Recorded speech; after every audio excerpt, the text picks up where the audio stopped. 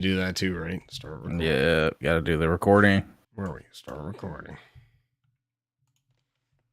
/join.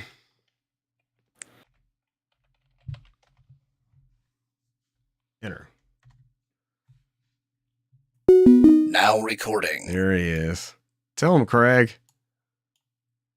But he fucks up my whole streaming thing when he does that. Close that. Oh, now he's forced. Like Craig is one of the. What? They changed something. Craig is one of the people here. Yeah, see the Yeah, chat can I hide him? Just X out the chat. I don't see him in our just viewing the. No, he's in here. the screen. Yeah, he's in here. I don't see him. It says recording Craig on the YouTube channel. Or no. He's in here unlike any presence he's ever had before. I don't know how to get rid of Craig. Right click it and see if there's a hide option. I'm about to say, yeah, right click it, Yeah. right click him, see if there's some options that pop up in that bottom left hand corner. Maybe you can hide him or figure out how this goes. Mute soundboard, disable video. I bet that's it. Nope. He's still there.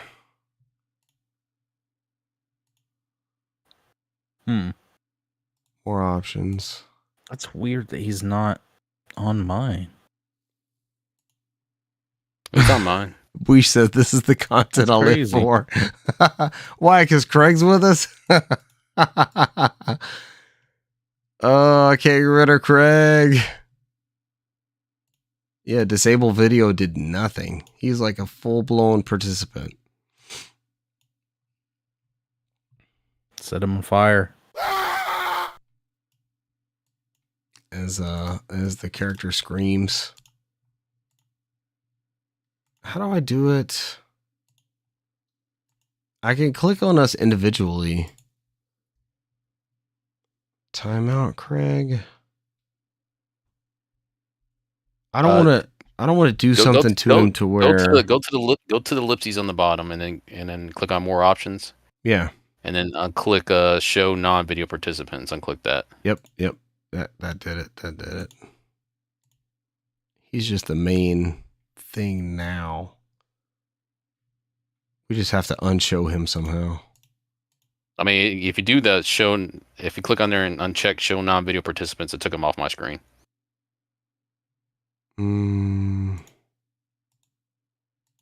Now it just shows us 3. I still see him. Like, he's prominently featured in mine. No. I don't know if you're in the right spot. There, that's it. Yeah, that menu you were just at, it says invite friends. I'm trying to look on your screen.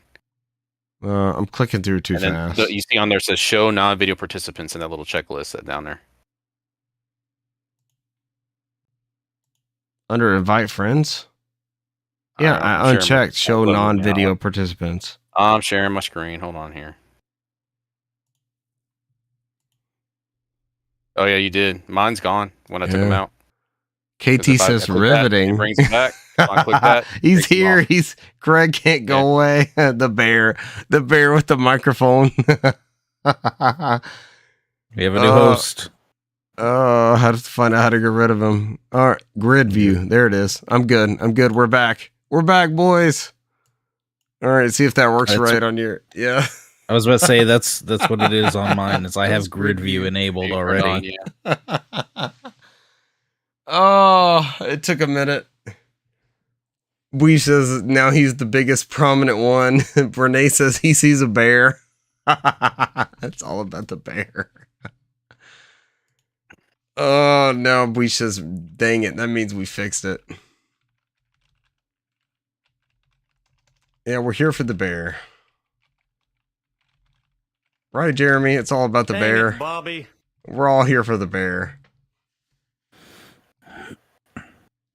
All right, it's fixed now. Make sure this is right. Yeah, I got us in there. All right, you guys ready? Let's do it.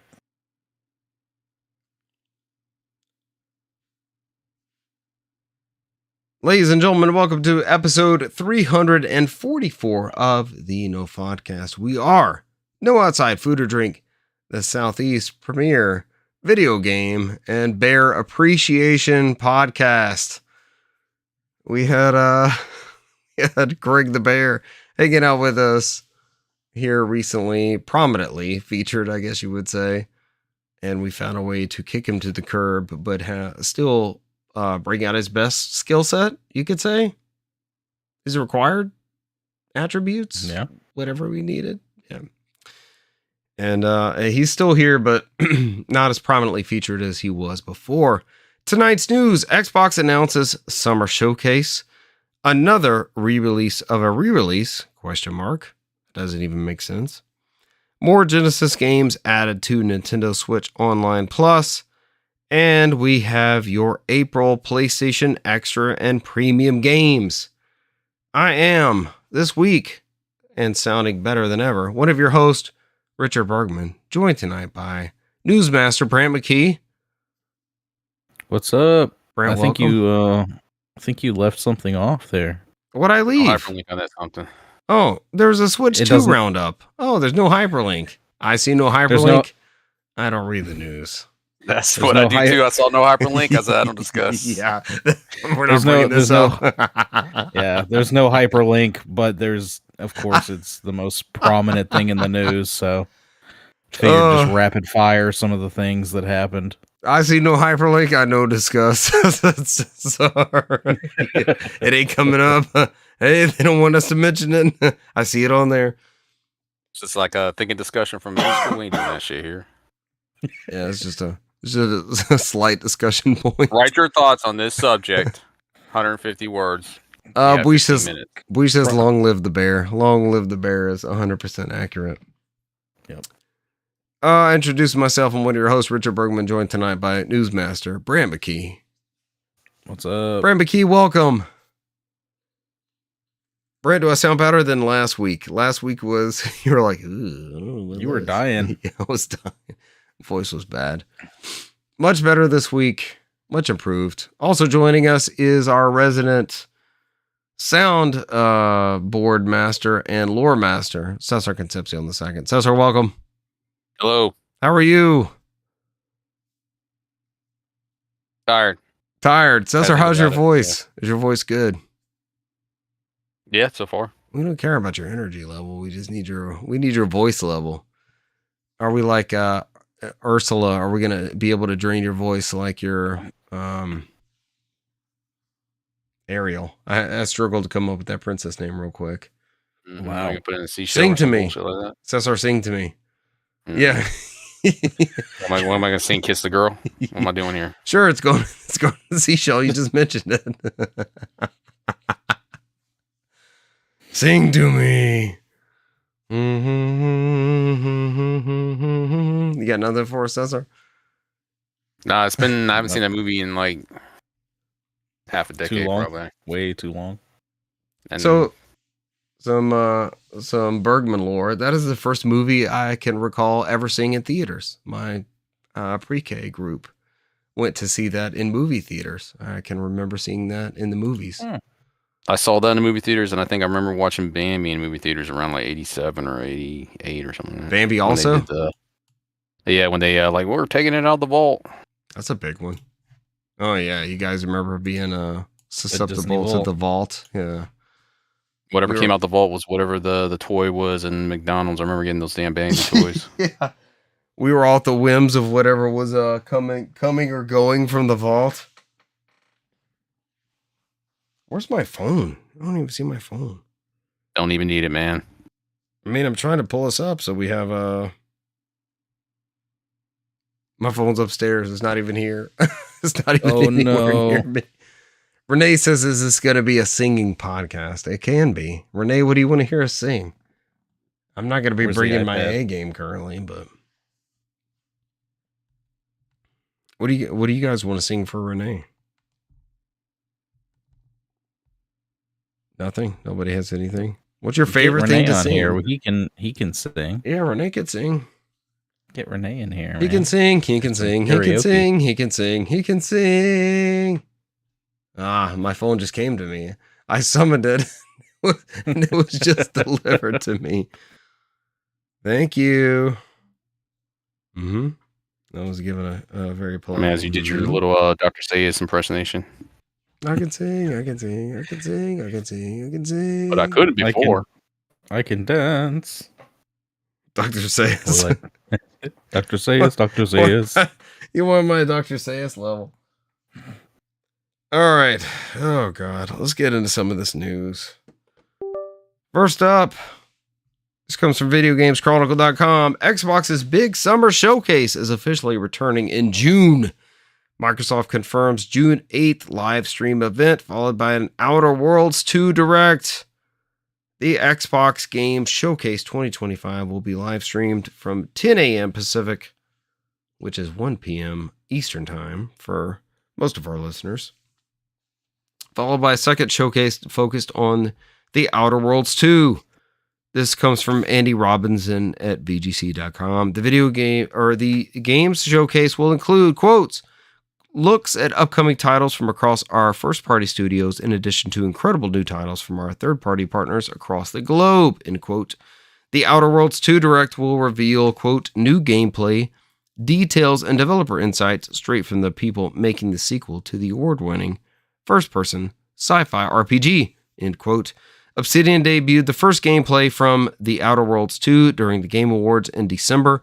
The trailer shows off several locations set to appear in the RPG sequel and claims it will be, quote, almost certainly 2 times bigger, end quote. Xbox's upcoming first-party games include Fable, Gears of War E-Day, Clockwork Revolution. Is that a sequel to Clockwork Knight? We don't know. Perfect Dark, State of Decay 3, Everwild, and Marvel's Blade. Xbox recently confirmed that Fable has been delayed to 2026. I'm going to let you guys finish this show, or finish this story at least. My throat's struggling. Give me just a second. I'm going to let y'all carry on. It says the Xbox June 8th showcase date puts it within the same window as the Summer Games Fest as it does every year, which is due to kick off with a 2-hour kickoff show on June 7th, which is a Friday for those who needs the day to figure that out. It at its usual venue of the YouTube Theater in Los Angeles, where they do their normal spectacular new video game announcements, surprises, or reveals, temper expectations like we do every year. The showcase will be followed by the annual Play Days invite-only media event, which will run from June 7th to the 9th in downtown Los Angeles, produced by I Am 8-Bit. Last year, this one had like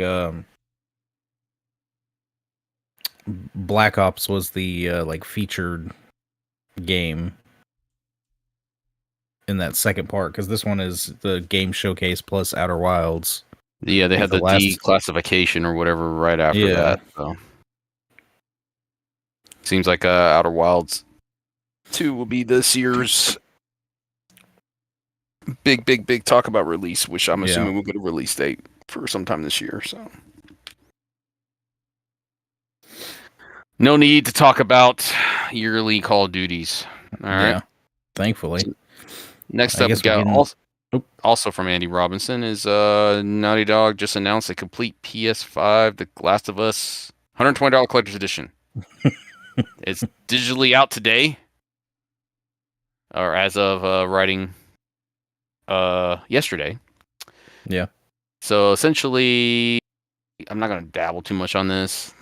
This is a collection, and it's still a book, and I think with some art prints that is being exclusively sold on the PlayStation Direct website, which I think was like $100 or $120 or something like that. Price is all over the place. Yeah, $120 and releasing July 10th. And basically just includes our remastered versions of a PS3 game and a remastered version of a PS4 game. Ooh. And combine them together on one sleek package. It's not like they're all one disc. It's 2 separate discs on there.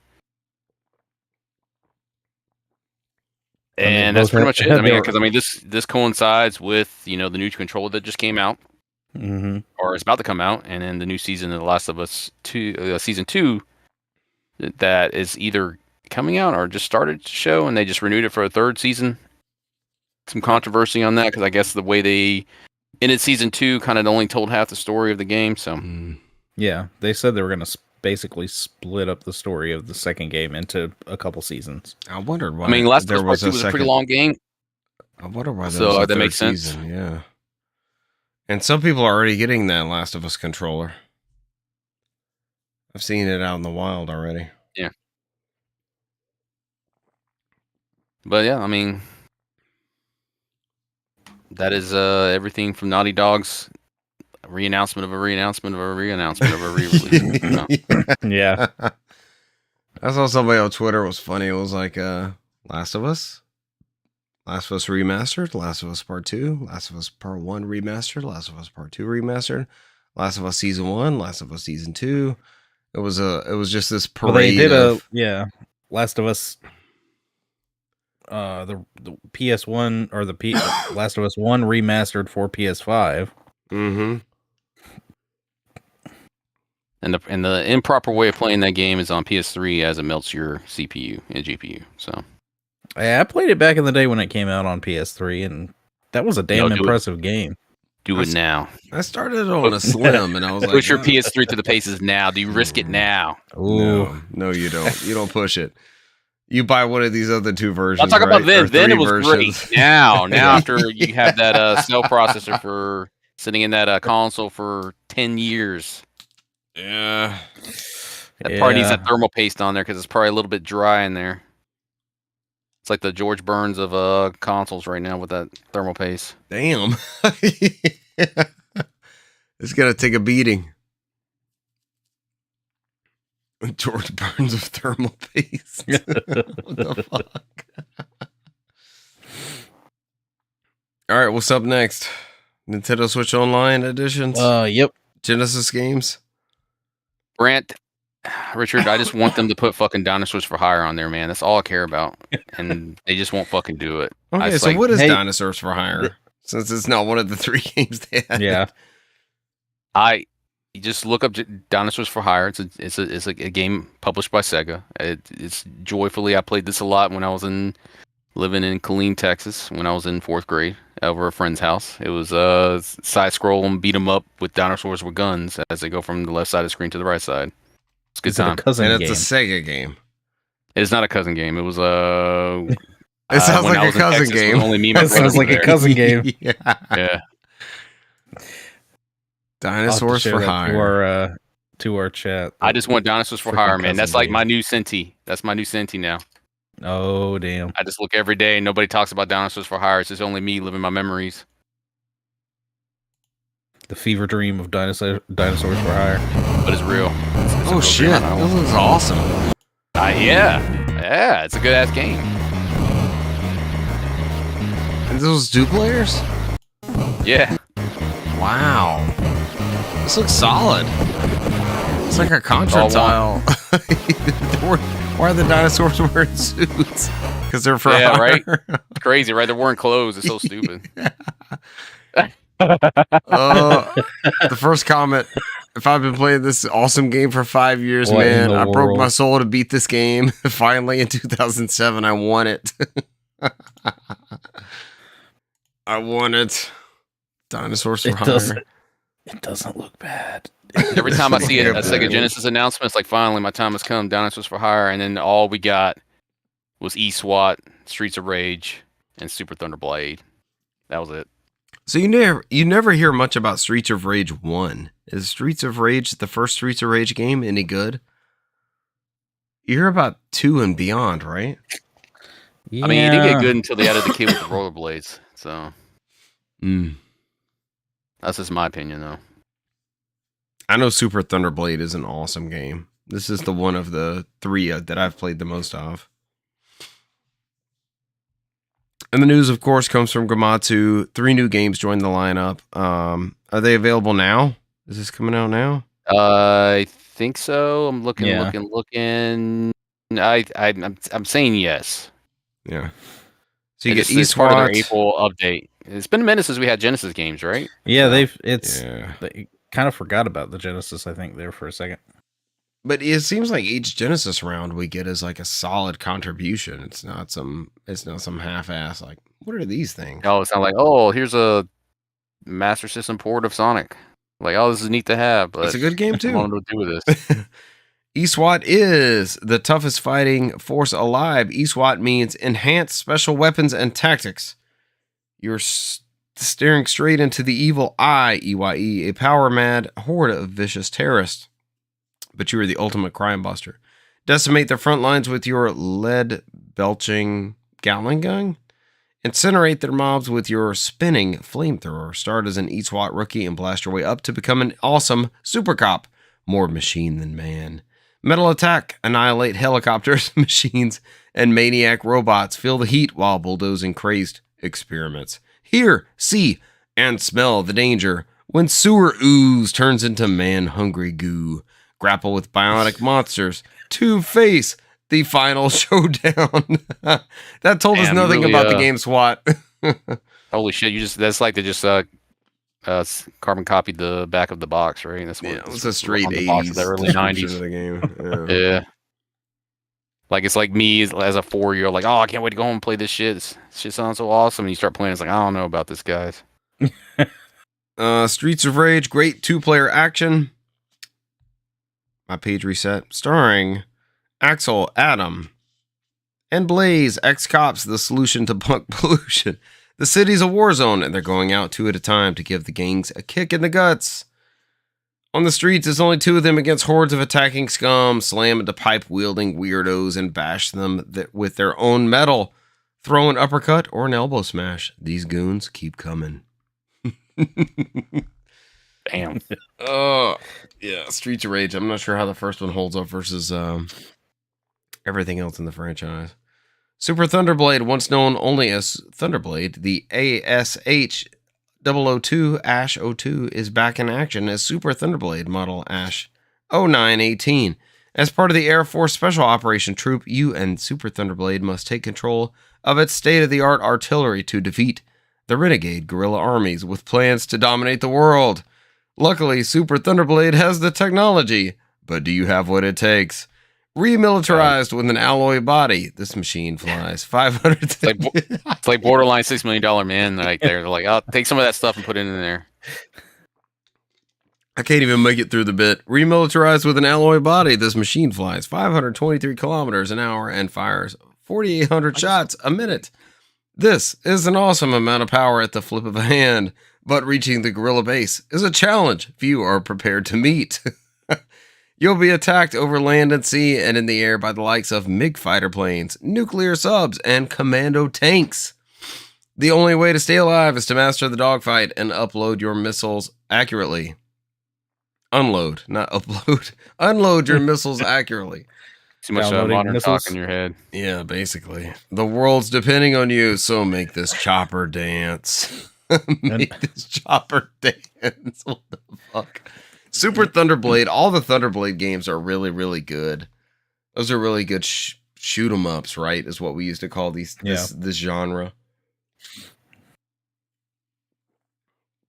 These are all really good games. I mean, yeah, they're good. Everything on here that they announced is pretty good. So.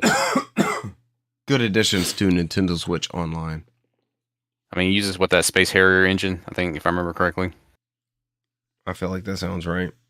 Yeah, the on rails, as you always Super Thunderblade lovingly called it, like the Space Harrier kind of visuals with Robot Fart FM soundtrack, which in the year of our Lord that Star Fox did as well, the on rails type thing, but with the polygonal graphics. And last but not least, your PlayStation Plus game catalog for April. Got some good games going in here. There are some good solid titles. Hogwarts Legacy, Blueprints, the second episode of Lost Records, Bloomin' Rage, and more. This comes from Adam Michelle at... Oh, you said Bloomin' Onion. I was getting excited. Blog. I'm always down for a Bloomin' Onion. Are you good now? Yeah, I was like, oh, where we're going? Where we're going? I'll meet you now for a Bloomin' Onion. Yeah. All right, PlayStation Plus Extra and Premium gets Hogwarts Legacy. Blueprints for PlayStation 5. Oh, Hogwarts Legacy is PS4 and PS5. Yeah. Go ahead, Brant. What blueprints? There's actually a lot of people talking about blueprints right now, saying it's like a extremely amazing puzzle game, and people I are played a little already bit last saying night. like it's game of the year. Yeah, I What? played it last night. It's Possible pretty good. game of the year. Yeah. Yeah. It apparently it's like a sleeper hit. Nobody expect it's in. I think it's in Game Pass too. Alright, But I'm yeah, looking it on also Steam. went and people are just raving about it. Blueprints. It's $26.99 on Steam. So, are you still on the baby tier, Richard, on the PlayStation 5? Yes. PlayStation Yes, Essentials. I'm an Essential tier member. Essentials. Yeah, I fired it up last night in bed. I was playing it on the portal on the streaming. It does a pretty good job. So. And it's pretty solid. Yeah. I did the update Blueprints. for the PlayStation Portal streaming. They just pushed out where I can record video now and take photos. We and- should have put that on news. Bleach is And, down for a Bloomin' Onion also, by the way. Bloomin' Onion's good as hell, man. Jesus. Where we go for a Bloomin' Onion, I'm in. Is that exclusive to Outback, or has that started to spread out to other restaurant tiers? No, I think the Outback is the only place that It's got Outback's baby. I think other places have like Bloomin' Petals and they call it something it. Yeah, else. Or Petal Onions or Bloomin'. I don't know. They got some. They I have just some need, sort I of just need derivative. Bloomin' Onion adjacent. That's all I need. Bloomin' Onion. is the Just next game Bloomin' Onion adjacent? Yeah. Being Lost Just- Records Bloomin' Rage is Bloomin' Rage. Is it really? Bloom and Rage. Yeah. Wait, so this I heard Blueprints is on Game you had me at Pass? Bloom, man. You had me at Bloom. I was like, hell yeah, Bloomin' Onion, let's go. I dropped off the and Rage part. Yeah, I believe it's on Game Pass as well. I'm gonna have to check that out too. Blueprints is also on Game Pass. You are correct, Brian. Okay. It's pretty much everywhere, but I mean, it's everywhere, but like Switch right now. So for now, Blue says he'll take 45 onions deep fried anywhere in a bowl shape. So it doesn't matter. Why 45 specifically? I mean, that seems like how many onions is in a Bloomin' Onion? What? There's not 40. It's just one. Why do you think there's 45? So one onion. I mean, Why do you think there's 45 in there? After you eat that one onion, man, you're brushing your teeth for 4 to 5 hours. So that shit still smells bad. Oh my god. Drawn Oh, Grave says shit. just make your own Bloomin' Onion. It's easy as fuck to make it home. Drawn Grave, you're more than welcome to come make one at my home. I'm more than welcome to have you here to create a Bloomin' Onion. Now, the secret is how do you acquire or remake that sauce perfectly? That's the secret. Oh, the sauce is where it's at. Mm. As Weesh and I recently discovered, I went to a Raising Cane's that has recently opened at our vicinity, and they tried to Did the show line me never go some. down enough for you to get in there? I walked right in, sir, and they try. I got 4. Weesh says, "Ain't no way. There's just one onion."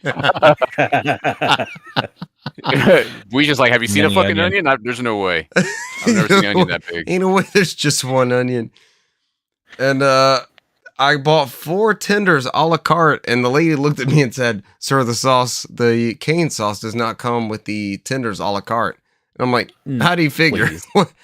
I bought a combo box of 4 tenders and slaw and all that, and it comes with one sauce. And I bought 4 tenders a la carte, and it comes with no sauce. Sir, that'll be 42 cents. I'm like, I think you're gonna give me some sauce. She's like, hold on. And then she handed me the sauce. She's like, don't tell anybody you got the sauce for me. I said, so whenever I need sauce, I will be coming back to just you. She said, just go away from here. Yeah, you're my handler now. Yeah, please go away. Sir, take your sauce and leave. So I did hit up the Raising Cane's that has opened in our vicinity. All right, And it is out quite of a good. 10, it's supposed to be like the Chick-fil-A of like KFC's or something like that. It's like the It's up there with That makes Zaxby's and sense. Guthrie's, I would say. If you've had Guthrie's also. I mean, rank your chicken tender place. I mean, where would we put it at? What am I close to? What is easy to get in and out of that has I mean, that it's sauce? not even that. What primarily does chicken? I mean, we have KFC, we have Church's, we have Bojangles, we have Bojangles doesn't count. It's not Popeyes. even. It's flavorless chicken. It's not Popeyes. even- it's not even Bojangles is on the bottom. I see that. We have Zaxby's. Mm. I mean, So the That's sauce. there's many of options for you to choose. The plethora. Boish and I talked about this conundrum today. The sauce is paramount. So if I don't leave that establishment with that sauce, it's a major strike against. It's a wash. Yeah. And I've paid. We got this combo box and 4 extra tenders, and it was $21. And I'm leaving there with no sauce, and I'm thinking like, okay, this sucks without the sauce. Are you the guy that just buys the combo, throws the chicken away, and just like, I got what I came for, and it's just the sauce? The pair No, with your because perfect chicken? I need to put the chicken in the sauce, and the Yeah, but you coleslaw go get is the chicken from good. somewhere else. I could. Yeah. You get free sauce. You got a person that just supplies you sauce. Yes, if I could get the sauce, I would get the chicken from somewhere else, and I would be fine. There we go. And That's I what wouldn't I was have to pay getting at. $21 for the chicken. You have your sauce. So if I dealer, paid the you just- $21 for the chicken, I need the fucking sauce. It's not the same. Oh, yeah, I don't have $21 is pretty. It's pretty up there. it. Renee said they're losing money on some sauce. Obviously. So Cesar, I feel like I got the sauce, and I feel like my $21 was validated. That was good. I was appeased with the two of us having a meal with the sauce and spending As $21. she kept reiterating to you what a la fucking carte means. Yeah. I know what a la carte means. Give me the damn sauce. She gave me a hard time, but I worked her and she gave me the sauce. Yeah. Renee says, leave the sauce behind, Richard. I'm not, Renee. It's the whole point. Why would I go No sauce there? left behind. Yeah. Why would I go there without leaving with the sauce? There's no point. Man, we're soon going to have a Jack in the Box with 100 tacos for $2. I'm super excited. Renee says, you don't need sauce, dry eat the chicken. That's not happening. Ooh. That's not happening. I would get chicken from anywhere. I wouldn't overpay for What the are chicken. we savages? Are we just going to kill chickens on the side of the road and do that instead? I mean, I'm what are we doing overpaying here? for the chicken and I'm getting the sauce. So it kind of Yeah. evens it out. Otherwise, I will pay market value for the chicken and come up with my own sauce. And then I'm at the same level. Right? I'll go to Kroger or I'll go to Publix and I'll get my own fried chicken. Or I'll get my own tenders. And I'll get my own sauce. We says Renee is a psychopath. He is. I mean, he's like that guy that's like, I put you in a room with a gun, and there's one other person there. Only one of y'all can leave. I'm like, what the fuck is happening in this conversation? How do we get in there? Take the chicken or take the sauce. Yeah. One or the other. Like Saul, it's like fucking Saul situations in there. It's like, what are we doing? Oh It's like, shit. you monster! Why would you do this to me? Renee is a psychopath. That's what we've established in the chat. Thank you, Boish. Oh God, carrying on with your PlayStation Plus and extra titles. The last one was Blueprints. Now we're on to Lost Records Bloomin' Rage. That's the Bloomin' Onion one. And then, of course, the Masters Tournament is happening right now as we record. So you will get access to EA Sports PGA Tour for PlayStation 5, which includes Road to the Masters, which includes the Masters licensing, which is a big deal. The Masters course didn't used to be included in golf games back in the day. I have a Masters. They call it like Augusta 98. It's a Japanese N64 golf game that is long before they started including licensing for Augusta National in the US. There's a game. Maybe I should stream some of that this weekend. Maybe I'll play that. Yeah. I've never played that game. I might hook that up and play around to that this weekend if I can make it through the menus. I might use Google Translate or something. Yeah. Renee's, I'm not paying attention to Renee. Renee, you're on in the chat with the chicken, man. What is fucking Kroger does a happening, great man? job. I'm not taking I don't- this I don't- Kroger I don't- slander. I don't believe him anyways, because that motherfucker would be the first one to get every sauce ever made in there. So he's not making any sense. So Kroger fried No. chicken is top tier. I'm a huge fan. Battlefield 1 for PS4 is also I coming don't know, to. man. I've been burned by that Kroger chicken. So I have It might before. just be my location. No, It might just be my location, but I've spent I've many done the times same. hugging a toilet. nope. I've done the same, and it was bad. And I went back, and it was fine after that. So it's a I cycle. never go back, It's man. a cycle. I never Go back. It's enough. I it's knew like, when I I'm was not- eating it, it was suspect. And I was like, I already You're the only bought this. person I I'm know gonna that hit a go for it. pasta max twice after they burn you so many times. So. Never Oh. again. Friend of the show. This episode's brought Sponsor to the you show. by Pastamax. We need to have an ad written for Pastamax where we just launch into this Cesar, Brent, I'm hungry. Are you guys hungry? Are you guys feeling some, aren't we running a race tomorrow? You guys want to go carb load somewhere? I know You know a what I good did? place. I googled the word pasta and locations near me, and this place has 4.6 stars. Everybody's raving about it. But Cesar, I can only eat Never salads. heard a bad thing from anybody ever. Cesar, can I get salads at the same place? What do they have? Salad's full of listeria. Something. Next up on your PlayStation Extra and Premium. Plate Up for PS4 and PS5. It sounds like a Overcooked type scenario. For PlayStation Plus Premium, you're going to get Alone in the Dark 2. What did that come out on? PS1 or was that a PS2 game? I don't even know what Alone in the Dark 2 is. PS1 game, right? PS1. I have Alone in the Dark 1 for PS1. I've never heard of Alone in the Dark 2 already, so I'm kind of interested. So, stream some of it. And War of the Monsters, the PS2 classic for PS4 and PS5. That is from 2003, and according to the PlayStation blog, it looks stunning in HD and features full trophy support, including an all-important platinum. You go. You ready, Richard? Yeah, no. I don't know. That's the selling point, right? That's what they put in there. No, I'm stuck on Alone in the Dark. You had me on that one here. Alone in the Dark 2 was ported to PC 98, FM Towns in 94, 3DO Interactive multiplayer in 95. Towns? Holy shit! Under the same name, and then to Sega Saturn and PlayStation in 96. And it was called Alone in the Dark, Jack is Back in Europe, and then renamed as Alone in the Dark. What? Alone in the Dark. Rejack. One-Eyed Jack's Revenge in North America. I've never heard of this game. I will be honest. It came out. It looks like a near launch title for PlayStation, or a year after, close to it, or around there. I believe you, but I have never heard of this for that generation. Me neither. I had to look it up. Yeah. That is it for our news. You guys got anything else in there? Yep. Quick. Yeah. The Switch 2. Oh yeah, the thing that doesn't have a link to, I can sit there and talk about stuff. the non-linked Switch 2 news.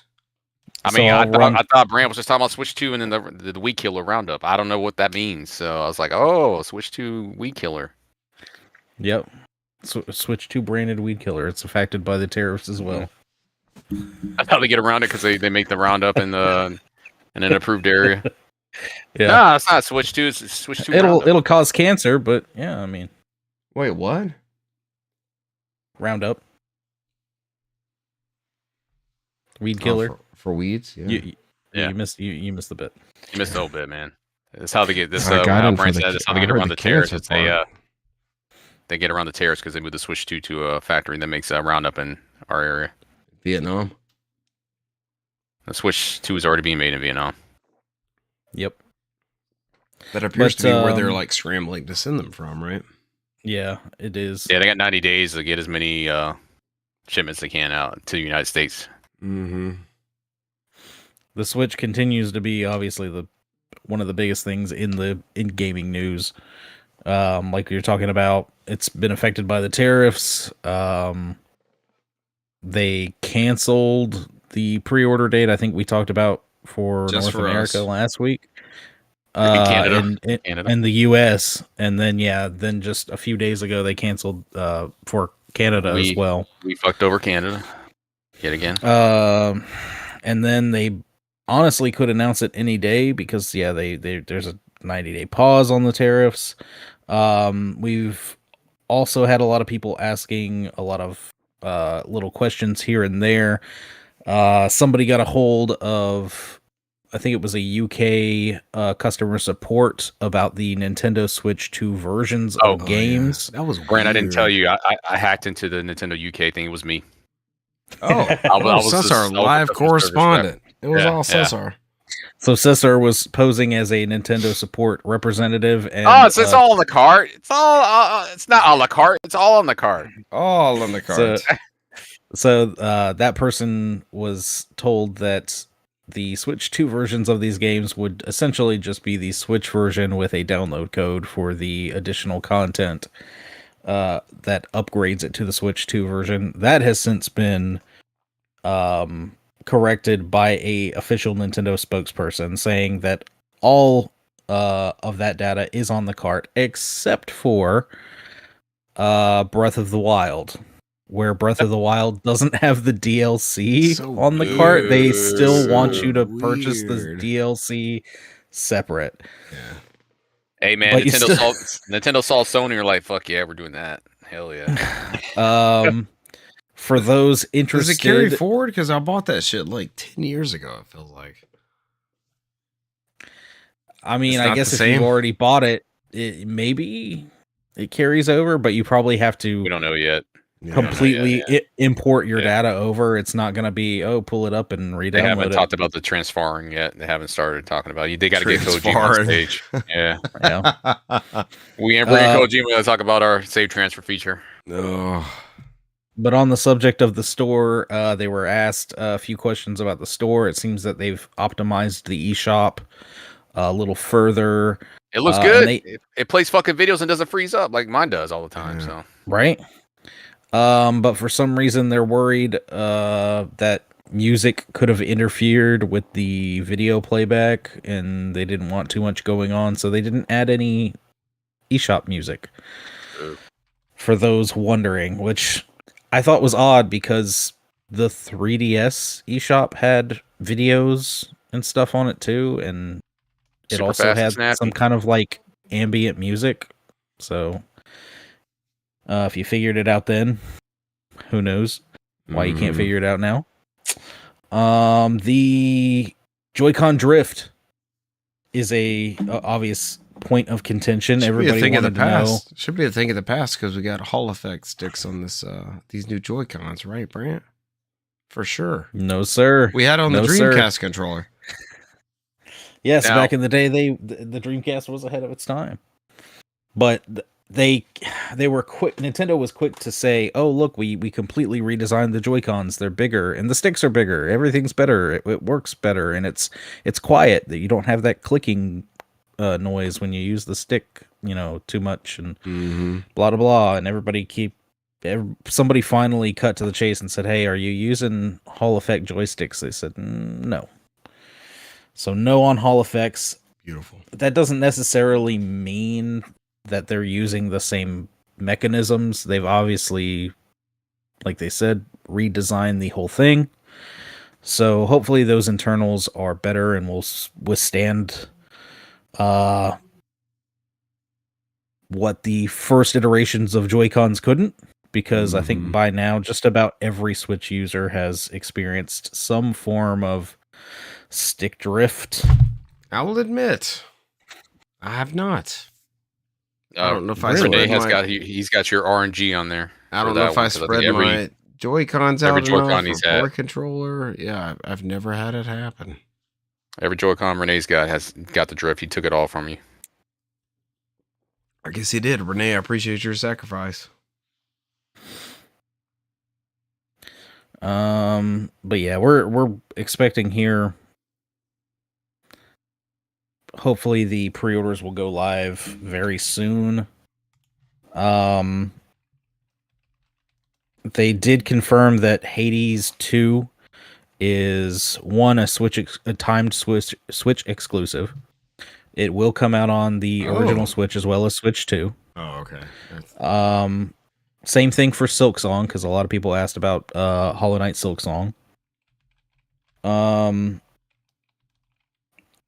There was some hubbub about Doug Bowser having a foot in mouth moment about if they can't afford a Switch 2, we want them to buy a regular Switch. Yeah. Unlike Don Matrick, that was taken out of context. I heard somebody talk about that, and then I went and actually read, and not verbatim because I don't have it in front of me, but somebody asked about, hey, we know that the Switch 2 is probably going to be more expensive. What can you say as to the cost of the system, and are people going to be able to afford it, and blah blah blah. And he basically said, well, we understand that the new system may be out of some people's reach financially, but that's why we have a family of systems, and we hope people will be able to find their way into that ecosystem however that looks, whether they buy a Lite or the original Switch. That way they can get in there and play the games we offer. So something to that effect. It wasn't not well, they can't afford a Xbox One. If they want to play, they should play the 360. So do we give? So every console maker has been in this capacity, right? So like Nintendo sold the NES alongside the Super Nintendo. Super Nintendo lived well into the 64. Sony very publicly marketed the PS1 alongside the PS2. The PS2 had a very healthy life alongside the PS3. Are we giving Don Matrick too much shit in hindsight? Like it's easy to go in on that Microsoft E3 show where they showed off the, you can't trade the games. They got to be online. It's DRM related. And of course, what we're talking about here, the whole, if you can't afford the Xbox One, we have a product for you. It's called the 360. Is it too easy to dunk on that concept when so many other people did that at the same time? That's been across the course of. I don't know. It's the way he said it can be misinterpreted. I'm about to say I gave too much information because I guess somebody had put out there what Sony has said about the PS4, and they literally just said we're going to continue to support the PS4 for another 4 or 5 years, and that was their tagline. You talking about in the Don Matrick standpoint or the Switch specific story? I'm just talking about just in the whole transition to new generations standpoint. Yeah. So he gave way too much information, thus the comparison to Don Matrick, who gave way too much bad information. Yeah, and it was easy instead of just saying add like, that hey, to everything else. We're confident that we're going to support the Switch for many more years. Yeah, we still have a lot of these Nintendo characters on these consoles, so and just leave it at that. I think it's easy to say in hindsight if they're not saying the Xbox has to check every 24 hours to make sure it's online. You can't trade games. You gotta swap the disc out for the DRM that whole thing. If that's not all dogpiled on top of him saying that, I don't think it's that big of an impact of we have a product for you. It was just, I guess he didn't have the market. He didn't have the market analysis his situation at the time was different. of his because quote. people have brought up general concerns, like if you don't have internet access and right.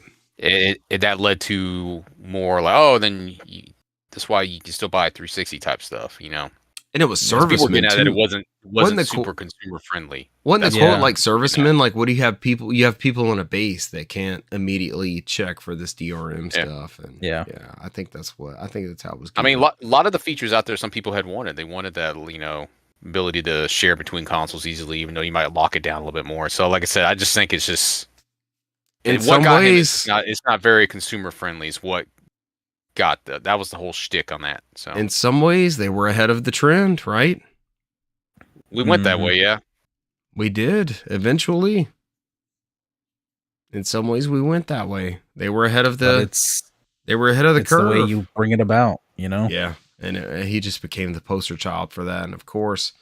Like Sony laid into that and Gaming Press laid into that. And again, it wasn't that one point. It wasn't just we have a product available for you. It's called the 360. It was all of these other points that seemed anti-consumer at the time on top of that. So yeah. I'm not trying to rewrite history. I want to re-examine some of those quotes and how they pertain to us with gaming today. How that would have, and that's why we had that. That's why some people had that issue with what Doug said, and some people are not looking for shit where, there's a flower bed at. I mean, it's just the whole point is you got to be careful how you word stuff like that because there was already some apprehension, as we mentioned before, on the higher costs, which is validated. It's new hardware, right? Yeah. A lot of it mostly placed, towards the games, and typically they're just pricing games based off kind of like they've been doing in Japan for a long time. They feel like games that offer more hours cost more money. I mean, that's something the Asian market has been doing for a long time. That hasn't changed. So I mean, the pricing is kind of scattered all over the place. Like Xenoblade Chronicles is like $90 over there. It's just that's just how they price stuff over there. And they're kind of like when he came out there with that interview, he's like, that's how we're doing it. We feel like if there's a longevity to that game and depending on the development and stuff like that, if there's a value in that game, we're going to price it as it is valued. Yeah. Mm-hmm. So a lot of stuff's kind of the problem is you're borderline what like Don Matrick did, because the whole point of Don Matrick was what fucked him was you're saying like what he said wasn't not entirely bad, and that's true. It's just what it was. It's, you expect somebody who's a PR person to kind of like ease people, like, hey, trust the process. Right. He didn't help it. He put more fuel on the fire. So you're supposed to mesh that transition between those generations. Yeah, it's like, hey, just stay along with us. You know, we know what we're doing. You know, it's going to be a change. We're going to get there. You know, that kind of stuff on there. Not like, oh, you know, here it is. Here's this whole thing.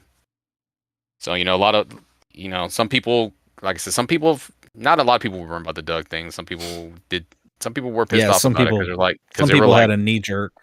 Because they're like, oh, I can play Mario Kart 8 on the Switch thing. You can tell me I get, but I can't play Mario Kart World. So I'm like, what the fuck does that mean?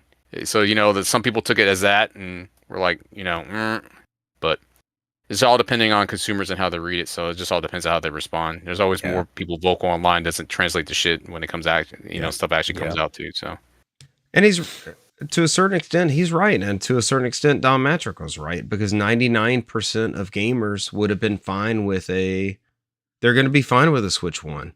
They're still going to play Fortnite. They're still going to be able to play, Mario Kart 8 Deluxe. That's a horrible example. Yeah. But there's that whole back catalog, because the Switch 2 early adopters are going to be getting a small percentage of that software catalog, right? Whereas you have this large software catalog percentage for the first Switch, just like NES to Super Nintendo. Remember, there's all those famous news bits about angry parents because new Nintendo system doesn't play a new thing. Yeah. We need a new Nintendo. Our new Nintendo's not going to play the old Nintendo.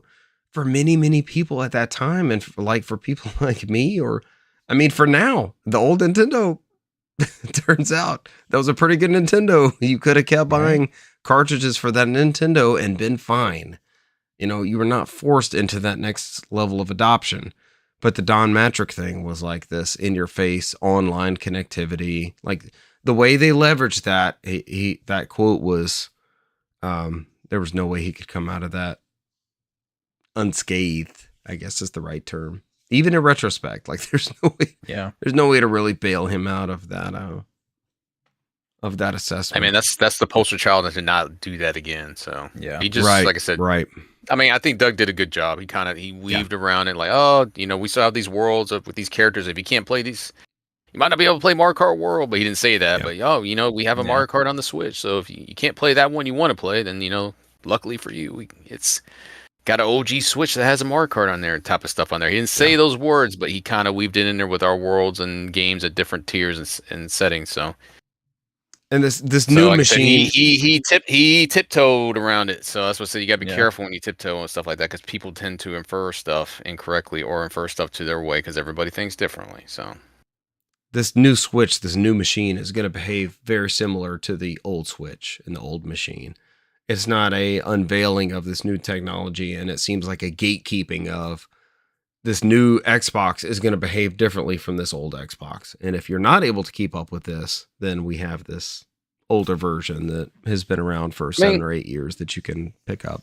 The way I see it, I mean, you make sense, but the way I see it is that this Switch console is completely different, right? I mean, that's why you don't have too many Switch 2 game, you know, Switch 2, Switch 1 games, kind of like PS4 and PS5, where like, oh, you just get the upgrade thing on there. And I mean, they're kind of doing that with the Legend of Zelda, but they're doing a lot more generational leaps. Like, I don't think Mario Kart World's going to run on a Switch. As much stuff they put on there. That's why you don't see a Switch version. So, I mean, there's generational games that's been missing from this, you know, from the series consoles and the PS5 consoles this generation, because everything seems to be just a half-step upgrade. While this one, his argument, you know, is saying like, well, you know, these are generational games. Probably would have been a better word to say to him, you know. Generational. Some of these games are different generations, and you know. You get access to these characters if you on both these consoles, but you know, there's some stuff that it's gonna, you know, I can only play it on the new hardware, you know. So at the same time, heck, new Metroid out on both systems. Yeah. New Pokemon Legends game, both systems. Yeah.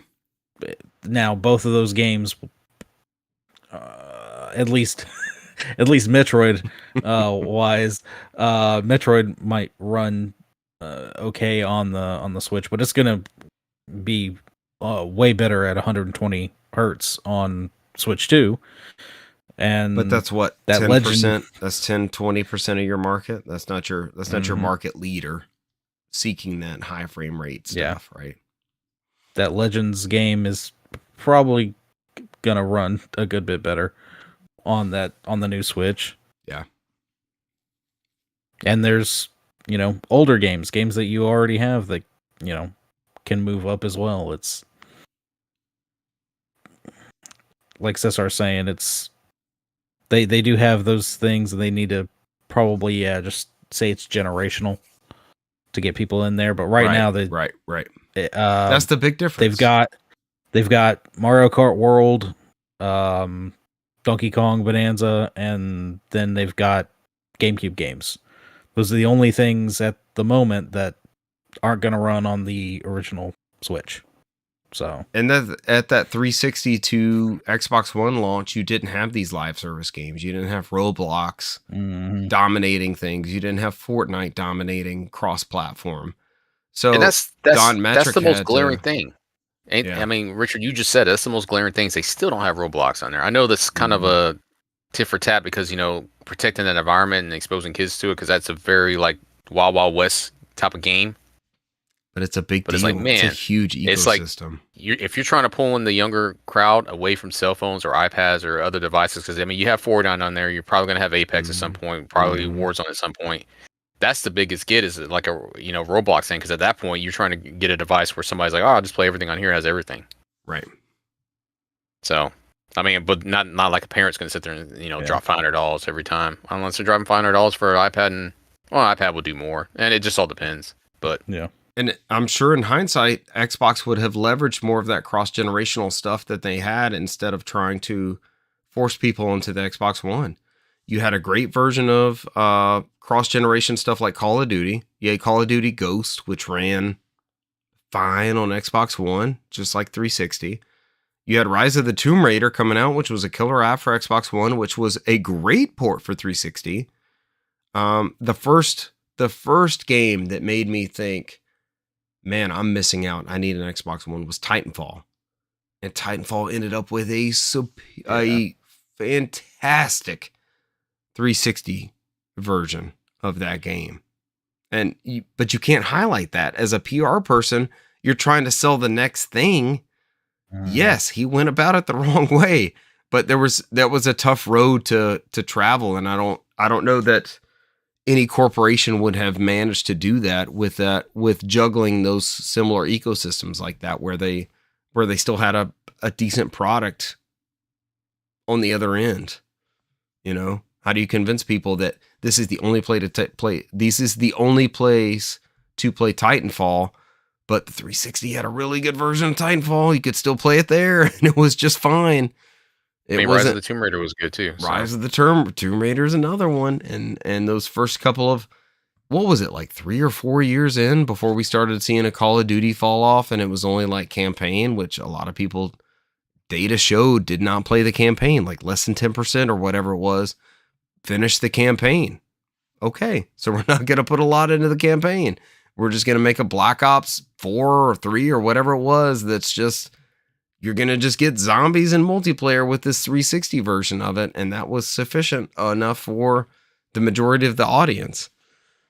Yeah, that quote, especially in the context of history, I think is very fascinating to go back and look at. Especially with all these console transitions we've had, PS2 to PS3, PS3 to PS4, PS4 to PS5. And what we're dealing with on what Don Matrick got railed for on the Xbox 360 side. A lot of that's presentation. A lot of that is the context of the other things in that environment. And we all know countless people who went from 360 to PS4 because of those type things, the buzz, the news that came out of that. And that wasn't just our percentage that I talk about, right? Like the people that hear the game news and know that he says, like, we have a product for people like that. It's called a 360. Like that filters down amongst other other groups, and it definitely got out there. And the PS4 advertisement of sharing games, remember the sharing game thing, just handing the case back and forth. And by that point, Xbox had rectified how to share games, but it was just too late from a marketing standpoint. And some of that stuff is fascinating, and I'm sure there's books out there already, but especially as history goes on, it's going to be some good reads in the future going forward for that stuff. And the Switch 1 is still a viable console. It's 160 something million units out there. Yeah. It's like the PS2. You're still going to get those versions. You got PS2 versions of stuff way past when they deserved or needed to be there because that install base was there, and they still sold a shit ton of those platforms because they were still available. And he's right for the most part. It's still going to fit the niche for that large market. I mean, all he had to say is it still had a purpose. That's it. I mean, there's just yeah. He tiptoed dangerously close to. Yes. He didn't say those words. People did take it. Yes. You know, they started putting stuff in his mouth, but it was close enough that it's easy to misinterpret what he said. Yeah. Yes. Some people. And just when you took it start and doing ran with that, with the way the people are nowadays, you have to be careful. it. So. And I But would whether say that translates to actual angry people that are like, oh, I'm not buying a Switch 2 because of that, doubtful. You know, it's how online can sometimes not be a real place sometimes. So Yeah. And with any sort of it could be within 6 months if that share of public opinion of Nintendo were to switch another way and that quote would to come out, it would have been in that Don Matrix situation of, oh, this motherfucker just thinks we can just get a Switch 1 and be fine. And it would have been that exact same scenario that Don Matrick and Xbox found themselves in with the 360. Like, okay, there's no need, or I can't share my games, or just that exact same position that they found themselves in. Yeah. But again, they couldn't leverage the Fortnites, and I know I'm missing a shit ton of just common online things that are free on Switch that people play. Not Apex yet, right? No, that stuff, stuff like that. It's all that stuff just kind of just happened now, right? Where we have these ongoing live service games that are popular now. Yeah. That's like in the past. That wasn't a thing in the past. So. No, not at all. And then the last thing I wanted to bring up was somebody actually noticed some fine print on the box for that brand new shiny GameCube controller for the Nintendo Switch Online, and it's the same text that's on all of these controllers that they've produced. I'm excited. I get to use it on everything, right? Well, officially, it is only compatible with the GameCube games in the Nintendo Switch Online. Now that, honestly, it doesn't mean that you won't be able to use it on other things. Like, I'm sure you could pair this thing when you're playing Smash Brothers and be all right. Or there might be other games. The whole thing is, it's button functionality, and they want to make sure you have the right buttons to do everything. And like the NES controller, I'm sure you could pair it and play any number of games. Turbo Graphics or the Blaster Master reboot, any of those like 2-button style games. Yeah, but if you've got more, something you need the actual sticks for, or the extra button functionality, you're kind of SOL. Well, I mean, honestly, with the GameCube controller, the only thing I can think is the fact that maybe they didn't put in the ability to click in the sticks would be my only thing. That makes sense. Maybe they tried to keep it as close to that original as possible, but still added the SL and SR button as well as the new C button. Yeah. Like an L3 R3 scenario type deal. But yeah, the L3 R3 functionality may not be on this controller.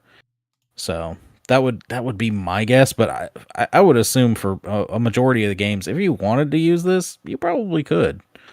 So, but they have to put that on there as like officially, this is the only thing we say it 100% works with. Brett, if you want to use that, we have a product for you. It's called the GameCube controller adapter. I have one of those. Should I buy another? We have multiples, I think, all of us, across multiple generations. I think I read an article. I forgot who it was. It might have been The Verge, but the one they recommend is my Wavebird replacement right there at the top. That works on everything. Wavebird replacement? Yeah. What is that specifically? Is it that Nixie controller? Yeah. I think I wanted to get one of those. Oh yeah, the thing is, Cesar, you talked about that on the show. Yeah, and that still works on the new. That works on the Switch too. Solid controller. Yeah. Oh yeah, you should be able to pair it. Nixie. Okay, we might have to look into that. You talked about it. I wish I remember what episode that was, but it's been many episodes ago. I can't remember offhand. They're for a controller. For a Switch controller at the time, they were up there. They were like, what, 60, 70 something dollars. But, I mean, honestly, if you're getting a pair of Joy-Cons for the Switch 2, you're paying 80, so, or the new Pro controller. Exactly. So might as well go with that, because that's from everything I've seen and heard, that's a pretty solid controller. And I know endorses it too. Yeah, I know Richard's excited about playing more money. Richard, are you excited? Yes. I have money I would like to part ways with. I would rather not keep it on my person. Burning a hole in my pocket. I gotta spend it on something. It needs to go somewhere. Yeah, I've had people who are not, who don't keep up with the show as much, or don't keep up with news, like we do. I think if they didn't go to news first, they would go to our show second. But if not, they reach out to one of us, right? And people are like, what do you think about the Switch 2? And there's a considerable amount of startup outside of just a $450 or $500 console investment, right? Like, even us with a catalog and a library and controllers and stuff, there's still a considerable amount of... Mario Kart's the killer app. I don't think anybody would argue that, right? Mario Kart World is the killer app. Hey, Cesar got the new Mario Kart. Dude, we're going to come over and play that. What do we need to bring? Like, what do you have that you bought with it that we're going to have to do? Like, what does that look like? Do we have to buy more Joy-Cons? We have to get the new Pro controller. That's like the level of add-ons that it's going to be for this new adoption. I think it's just a little bit more that kind of, if you're not really into Mario Kart, it kind of puts you out of that initial realm. Yeah. And there's 4 of us here, and I'll have 2 Joy-Cons for Mario Kart, but then do the Pro controllers work? My 2 Pro controllers I got for the Switch 1, did they work for the Switch 2? You'll be able to sync it. Okay. Yeah. So that answers those questions. Like, well, did you invest in the Pro controllers? Did you get the official ones? Did you get... I mean, it's like Nyko ones? Said before, you're just missing out on the C button. That's it, right? Yep. Right. It's the C button. Yeah, I want my... Which I plan to use extremely heavily, so we can start playing Splatoon 3. That's all I care about. And talk to each other and stream from our Lakitu cameras. Yeah. I was about to say that the Brand singing the Lakitu camera.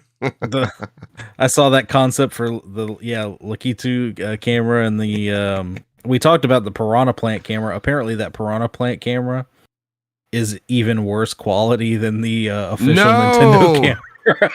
No, in my mind it was way better. I mean,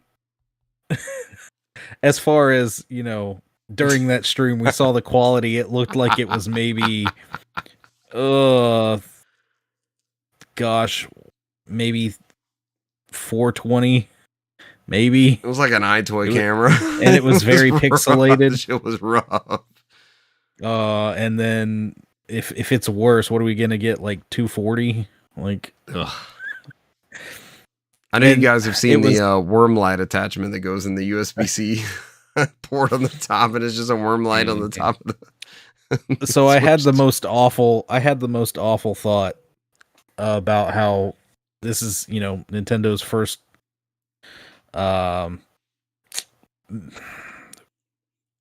go with the camera and the chat functionality and Mhm. all this integrated into the system like this. And I thought about the 360 and the 360 live camera. The And I said, Uno oh camera. God, the Uno camera. And all of the horror stories I've heard about the Uno camera. Just a bunch of people stroking it on Xbox Live. Stroking it to Mario Kart. I mean, that's what they did with that fucking PlayStation 4 one. Every time I went into that welcome to yeah. PlayStation 1, there was somebody always banging on the couch. I was like, Jesus Yeah, Christ. at launch you went to Astro's Playroom and it was just people fucking on the couch. That's not wrong.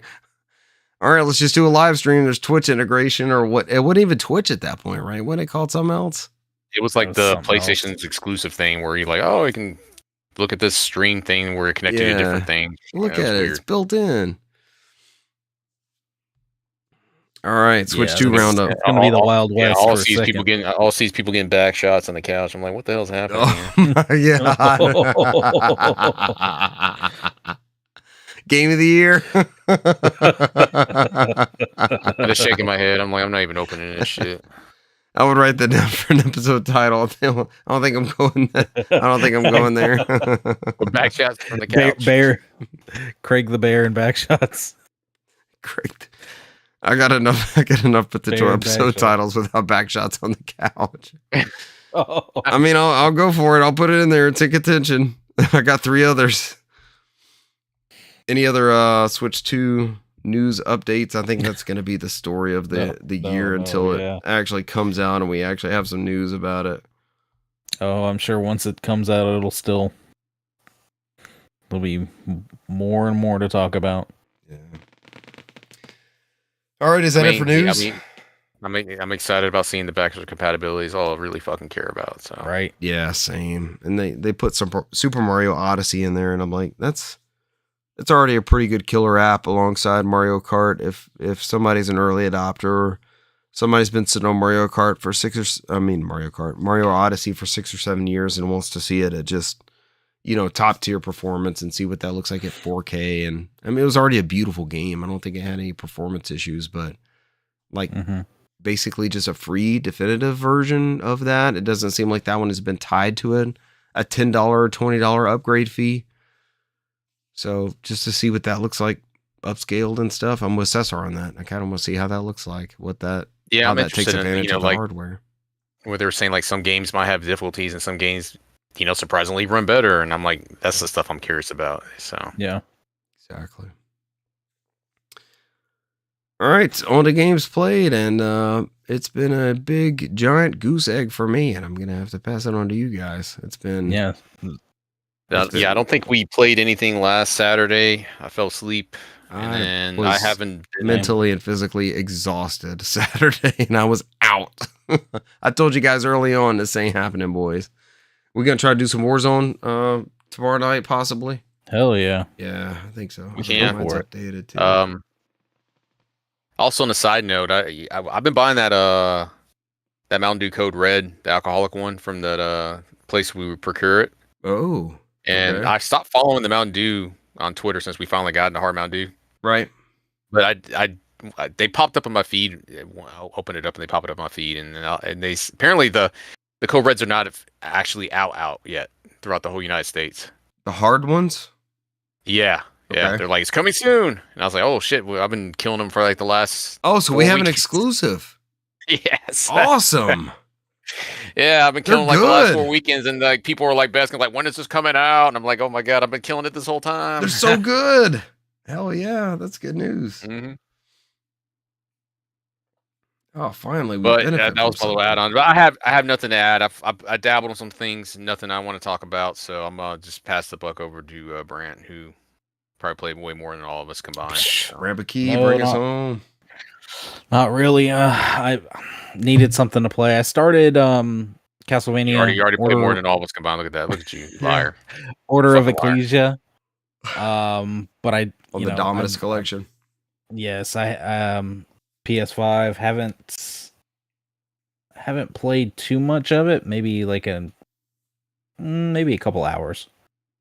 Went through a few boss battles and everything, and I think Ecclesia was one of those where I got to the end, and I think I got stuck on one of the stages of the final fight and just never finished it. Yeah. So, but it's a interesting game. It's like the concept is like over the years, people were trying to find different ways to fight Dracula. So there's this order that came about called the Order of Ecclesia, and you play as the character Shanoa.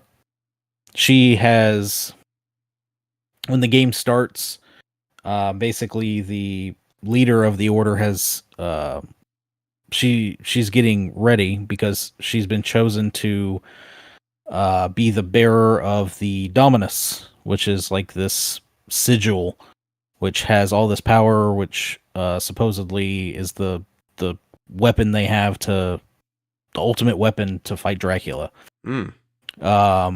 There's another person though that's also a member of the order who comes in. His name is Albus, and he's supposed to be away on a mission.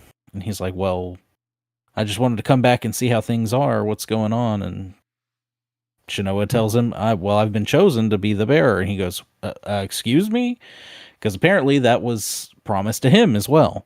Ooh. So he's a little outraged. But she kind of tries to calm him and say, we all have a part to play. I have to go. She goes. They start the ritual, I guess, for her to be to receive the Dominus. And Albus interrupts and steals it. And in the process, she loses her memories. And Albus just disappears. That's how they build in the Castlevania element of that. Yes. With recovering the abilities and all that stuff. Yeah. Kind of like Samus in Metroid. Yeah. So some time passes. Albus has not resurfaced yet. But there's, the head of the order sends Shanoa out to try and find him, retrieve him, and bring him back along with the Dominus. Because while he wasn't worthy, he is like a sage, or like an alchemist, scientist kind of person. So he can more than likely probably brute force his way into somehow wielding it, which he's worried about him harming himself or others, not being able to do it properly.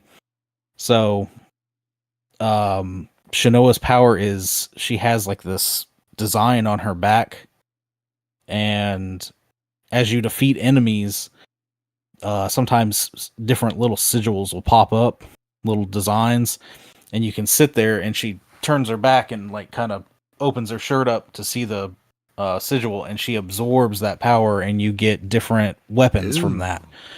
So like if you destroy one of the axe knights, one of the axe sigils might pop up, and then you have an axe to wield, and you can put a weapon in each hand, and you can get weapons or magic, because there's like a lightning magic or a fire and stuff like that, as well as there's like a special you can do where it depending on which ones you have equipped, it does like I forget what it calls it. It's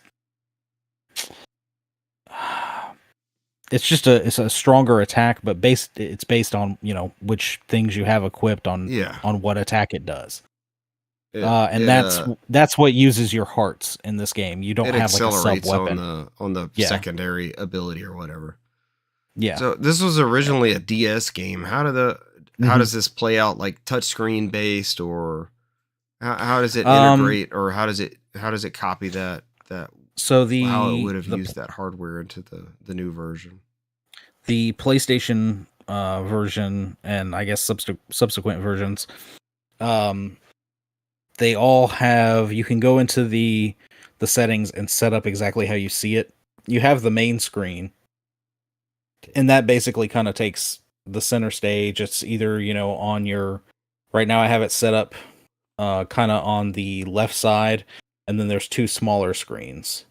And one of them is just like the touch screen that has like this little cross symbol on it with some like wings and everything. That was just on the touch screen on the DS back in the day. Mm-hmm. That was just there for you to interact with. Because I think when you absorbed things, you had to like sit there and press it, or you had to I think it was, there's certain like strong sigils or something you had to absorb, and you had to like draw it on the pad. And I think I've heard they basically just turned that. Yeah, I think they've turned that into like a mini game, like a QTE kind of thing. Okay. And then the other small screen underneath that is like your castle map. But there's a few different ways. There's a few different ways you can, orient them, or I think you can completely get rid of that like touch screen window because you don't necessarily need it. If I touch the touch pad on the controller, it actually brings up a physical cursor, and I can, touch something if I want to. But it's, it's not necessary. Right. And you can, there's a rewind feature. Very helpful. That helps especially for missed jumps and such. Yeah. Mm-hmm. I'm trying to remember what else. Of course, you can actually go through and rearrange like the buttons. So I made it feel more like Symphony of the Night. I changed like the main attack buttons to what they'd be on Symphony of the Night. Plus, she has like a back somersault. So I changed that to what it would be on Symphony of the Night, that backslide. So it's just muscle memory now. Exactly what you're used to. Yeah. Yep. And it's a good game. I think all of these ones that came out on DS were very solid titles. So we were almost spoiled. Like it was like an annual release of these DS Castlevanias and GBA Castlevanias, and this is that time of the year. It's another one, and then we went 20 years without another one, and we didn't realize we were spoiled at the time.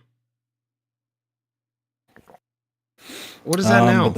What type of game is that now that comes out every year, and we're like, it's another one of those, and we won't see them for 20 years.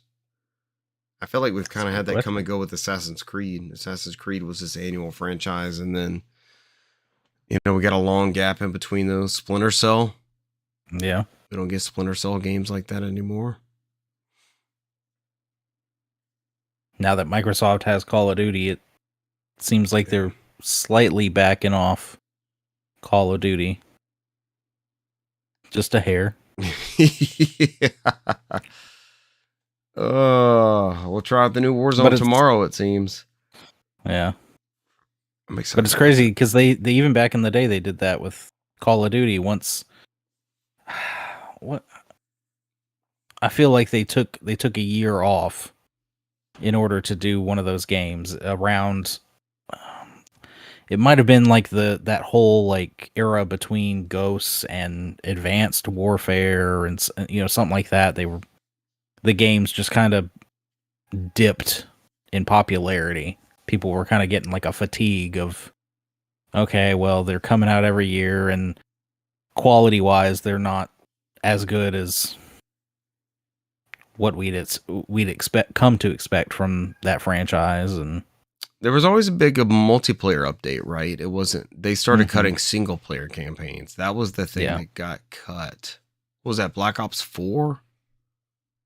Was the one that didn't have a campaign, maybe? And then we got Black Ops Cold War, which I think Cesar really enjoyed. Yeah. I remember him liking that story. You did not like Cold War? It's kind of a dialed it in campaign. It was It's not good. Damn. It didn't live up to the Black Ops legacy. Nothing as bad as Ghost. Nobody's asking for a Ghost remaster, so Yeah. or HD-fied version of Ghost. That might be the last campaign I put some time into was Ghost. The only one I could think about it that my I love PS4 dearly launch title. is Infinite Warfare. Infinite That's Warfare. I know the you one I care love that one, and I've yet to play that one. Maybe I'll break that one out one day. It's fucking fighter planes in space. That shit was awesome. Ghost was the ones where they were like you could like wall run and shit. Right?